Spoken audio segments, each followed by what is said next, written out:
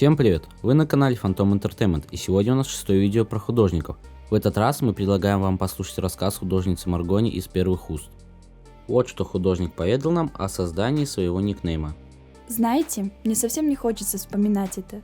Свой первый никнейм я придумала лет в 12, но тогда я довольно быстро поняла его ущербность и решила сделать новый.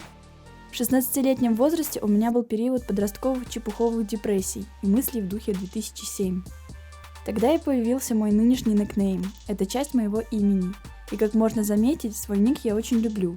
А вот мое имя вполне можно расшифровать, исходя из никнейма, такой вот ребус. Маргони продолжает рассказывать о становлении себя как художника. Рисовала я сколько себя помню. Будучи не очень общительным ребенком, почти все свободное время я рисовала каляки-маляки. Дома валялись пакеты с разрисованными листами. Когда мне было 12, я узнала о компьютерной графике и установила Photoshop. Сначала издевалась над ним мышкой, потом выпросила графический планшет у родителей. С тех пор я рисую исключительно на планшете. В конце концов я поняла, что хочу связать свою жизнь с рисованием, и поступила во второй раз в университет на графического дизайнера. Свой первый профиль цифрового художника Маргони создала на DeviantArt. Группу ВКонтакте она создала уже впоследствии. Надо же, чтобы хвалили где-то. Как у многих начинающих художников, поначалу все шло грустно. Но я никогда не сдавалась. В итоге я более-менее довольна своим фидбэком.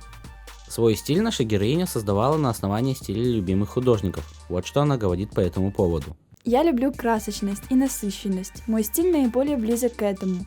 Реализм мне всегда особо не нравился. Художников, которые могут сочетать реалистичность и цвет, очень мало. Потому что это очень сложно. Рисую я лайновые работы. На самом деле иногда хочется поэкспериментировать со стилем, но этому так тяжело выделить время с учебой и большим количеством заказов.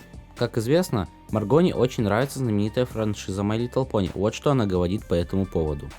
Мне нравится рисовать пони, ведь они милые и радостные существа. Я была бы очень рада, если бы реальный мир был ближе к миру Эквестрии.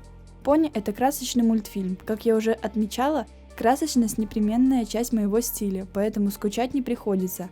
МЛП сам по себе очень популярный фэндом, потому у меня всегда достаточно заказов. На деньги, полученные от заказов, я живу. Забавный момент. Когда ты снимаешь комнату и обеспечиваешь себя, а родители думают, что ты даун, который рисует цветных коней. Конечно, почти всех удивляет и то, что я рисую, но в то же время и то, как неплохо я рисую.